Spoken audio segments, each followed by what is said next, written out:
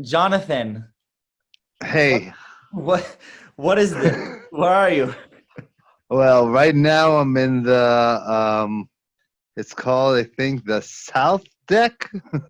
Well, I can show you here. You see, this is what I'm looking at. You can actually see what I'm seeing. This is my view. Can you see? Yeah, hold on. So are you in Tel Aviv now wearing a headset? Oh yeah, right now I'm in virtual reality. I'm in next to Tel Aviv. It's Petach Tikva, but don't tell anyone. It's Okay. Tel Aviv. And while I'm in virtual reality, I deal a lot in VR and AR, and I like natural interfaces.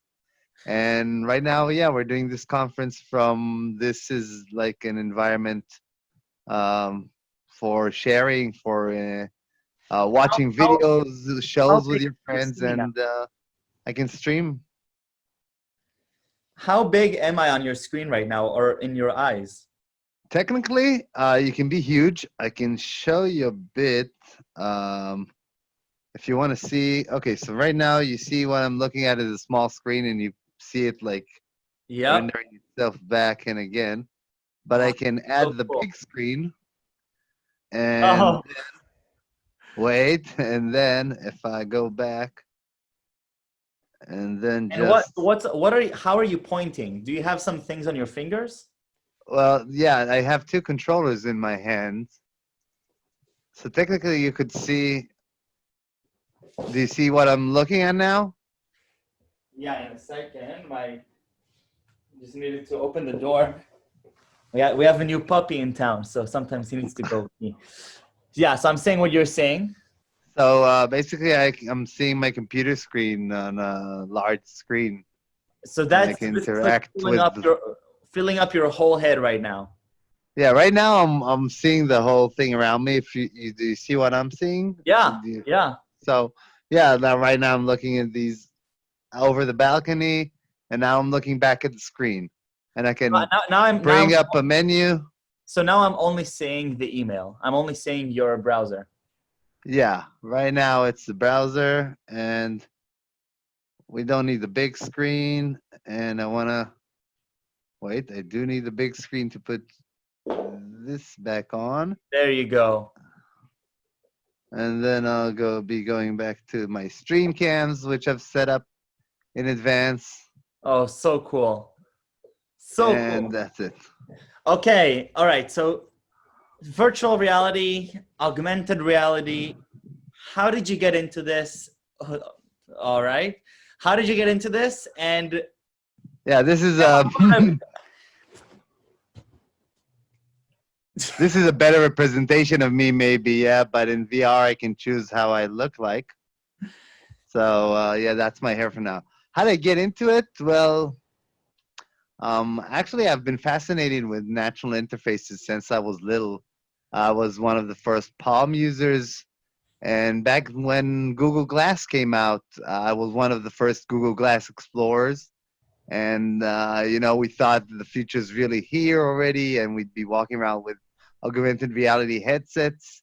Uh, and I actually left my job to focus on that, developing apps for virtual reality, augmented reality, and we saw that Google Glass wasn't working out that well. And I was working on a platform for.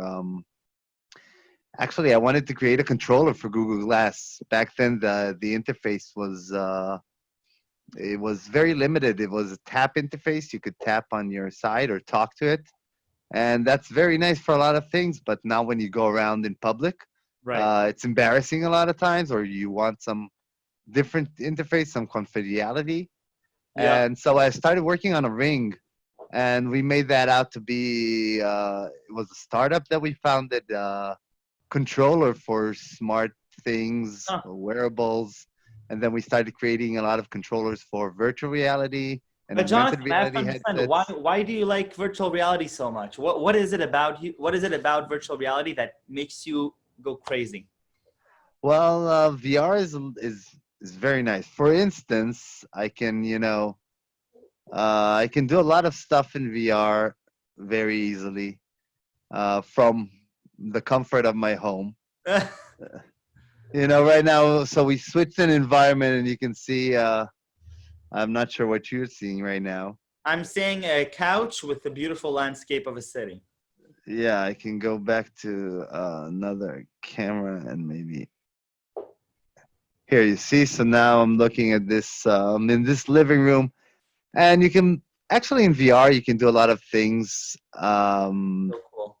from learning to playing to you know even useful tools. Here I could just use some instead of some nice tricks I could, and of course, do you see the popcorn? Yeah. Oh my God. Yeah, I This can is play so with a lot cool. of things, but we can also make it something useful.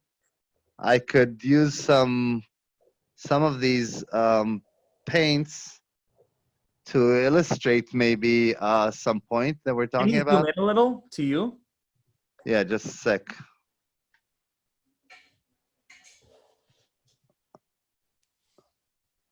Yeah, these environments are still not, optimized for it. Wow, this is so cool. It's just getting there. So wait, this camera is in my back, right? Is like, oh I'm yeah, right. Wait, here, wait. Yeah, better here. Okay, so now you see Oh, if that's I wanna perfect. illustrate something, so I can be very creative with it. Oh, that is so awesome. And yeah, and that's just me being not very creative. Wow. I bet other people could do much better. But it's actually what I'm really fascinated about is augmented reality. VR is a great thing. It's mainly for me entertainment and Hmm? some productivity. But it's basically entertainment right now. What I'm really excited about is augmented reality. Walking around with with glasses that basically put another layer on reality. I can choose how the environment will look like. I mean, I could choose to see the whole world pink Yeah. or in 8-bit if I choose. That's a dream. Or play games, gather around with friends, each holding a sword, gun, or whatever, and fight a magical dragon in the park. Oh my So God. that's what I'd like to do with my spare time. Developing things like that, and of course, playing and enjoying it. All kinds of games like that, but it's still going on. The headsets are still in development. So that's why I started developing. We started out with controllers back in GemSense, and then I spent a year developing an augmented reality headset for skiing, Ride On, when we talked about it back then. And it's basically a augmented reality display inside a helmet for use while skiing, real world skiing, and it's a lot of fun and it's growing. The problem is that these devices are very hard to make, and Yeah. the huge investments in the field haven't really shown any returns, big returns on investment, and nobody knows when they're expected to show. So that's a Right. big problem in the area. So it's developing real slowly, and in the meanwhile, creating fun apps, fun activities with the devices. Enabling more learning. Why are my eyes shut? I don't know. Enabling more learning and developing with new technology is basically what I'm fascinated about. You So know, you're not just, I mean, you're not just having fun. You're an expert on virtual reality and augmented reality, and well, you worked with Will I Am as well. So tell me a little bit about what you did with him, and how does it fit into this whole story of your passion? Will I Am he's a passion, by himself. He's an amazing man, and I'm a fan since I was younger. Yeah. Basically, we started out. They made a VR experience, and we kind of hooked up on that.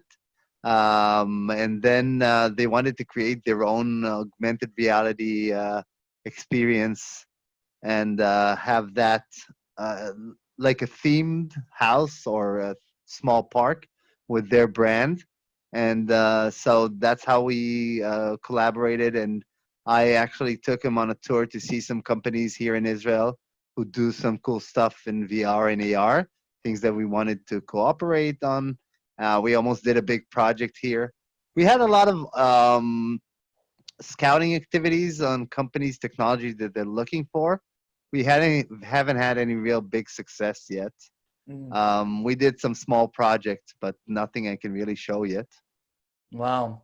That's very, very cool. So I'd love to talk a little I bit more showed him some kung fu. about. I taught the man some kung fu. Why am I not surprised? I want to hear your take on what's happening now with Corona and with and how virtual reality and augmented reality might play into this. And I'm here actually. Most of my family is in Israel and in quarantine, and I'm here near Los Angeles, also in quarantine. And it could be weeks or months before we get to really see, feel, and interact face to face.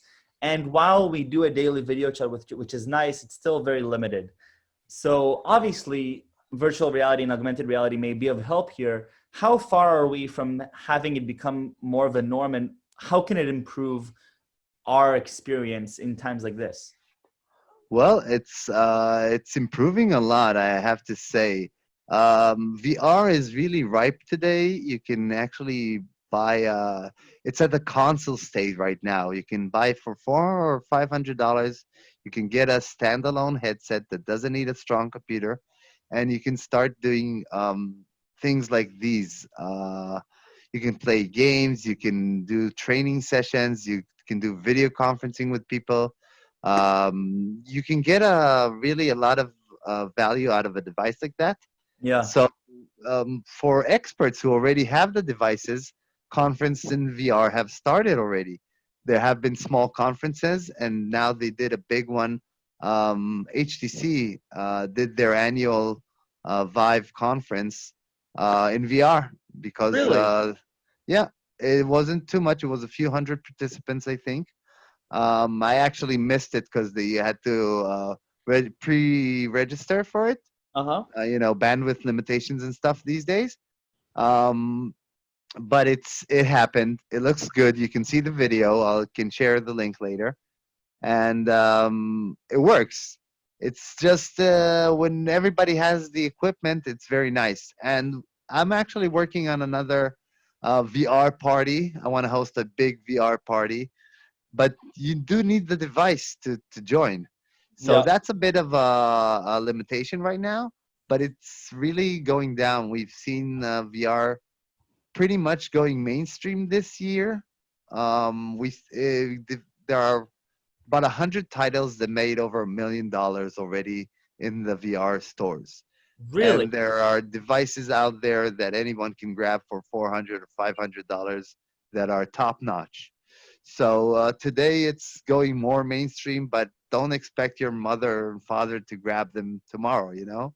Yeah, I mean, Um, is but this? for work, Yeah. it's going there because big companies have shown a lot of value from developing products using virtual reality. For Sure. example, Bell showed that's a great use case that I like to talk about. They showed how they developed a helicopter, which usually takes them like 6 or 7 years to develop. They did it in 6 months. That's saving years of development and I don't know how many hundred of millions of dollars. Yeah. Instead of fabricating parts every time, like this, I don't know, propeller or wing or even the cockpit itself, they created it in a virtual reality. Basically, let's say if I want to try to be creative, yeah. So we draw we draw the cockpit and then we see if I fit in there. You can draw Oh, Yeah. it fell. Yeah. Don't worry. It's virtual. It's back here. I can. So you see, you can draw all the lines. Jonathan, this is hilarious. Yeah, technically, you can draw all the lines, see how it fits, see if I can push the buttons. Engineers can look at it. If I ditch this, I can usually grab Oh, it's it. whoa, it's 3D. Yeah, it's a 3D creation, so you can Oh look my God. around it. You can Whoa. walk inside it.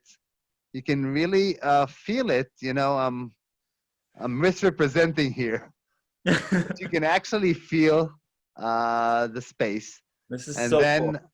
then people, multiple teams can see, feel the object or the environment without even having to come together or fabricate any parts. That's just incredible. Wow. So, do you think this will become a norm at some point for us to communicate, even like we're communicating now, just talking as friends, to Yeah, communicate? unfortunately, Yeah. these Corona times, yeah, this is going to become much more of a norm No, but I mean for a also, I lot of mean, things. in terms of virtual reality and augmented reality, will we be using those tools rather than just regular video call using our computer or camera? So augmented reality is really pretty much hard to tell because we've been expecting Facebook and Apple to take out glasses this year and really push it forward. Augmented reality, people walking around with glasses Yeah. outside that would show more data from their phone, maybe have cameras so they can maybe recognize people or show us things, mark things and highlight things in Right. the virtual with virtual objects. But that might take a while due to the corona also and walking around outside, which will not happen too much the next year, hopefully less. But in retrospect, VR is staying at home alone with your own headset. That's a use case that's going to grow a lot. So for all kinds of communications, training, HR purposes, maybe I don't know. That's probably going to grow a lot soon. How Uh, often do the you have a headset on versus not having a headset when you're working in your house? That's a good question. About half the time I'm with a headset. Half the time. If I'm developing for VR, it's even more than that. But half the time, I put on a headset, this one or another, if I'm working on a project. Yeah, it's better headsets for developers actually have a tilt up where you can just tilt up the goggles themselves and keep working because it's not that comfortable to be in VR for too long. Yep. Okay, the headsets are still not the most comfortable thing. I Yeah. can stay with it for hours, but when you take it off, when you feel the difference, Yeah. and for regular people, it's even harder. So Right. there's still limits to be solved. The devices will be smaller. The methods will be easier. Today we're using this, but there are tools that are being built specifically for these purposes. Facebook had their own thing, Facebook Spaces. It was much better tool than this, and I could do some more things for conferencing with a few people. And but that's down now because they're working on their new product Horizon, which is not out yet. So we're gonna see a lot of VR happening in the next few years. AR, I'm not so sure. It might be delayed even more. Should have happened maybe, started to happen this year, but it will probably be delayed a bit more. Because holding up your phone, to do augmented reality applications is nice. It has a novelty, but it runs by real quickly. It's not that interesting after a while. But if you get it in your glasses, you walk around and you see, hey, uh, this is Michael, and this is the last thing you said to him, and this is what you wrote That's down you want to say to him, a dream. stuff like that. That would be fun. A dream. Jonathan, before we finish, I need three words that describe you. Uh, I'm virtualjohnny.com. I'm virtualjohnny.com. Fantastic. Thank you so much. This was fascinating. Thank you. A lot of fun. Thank you for having me here. Great.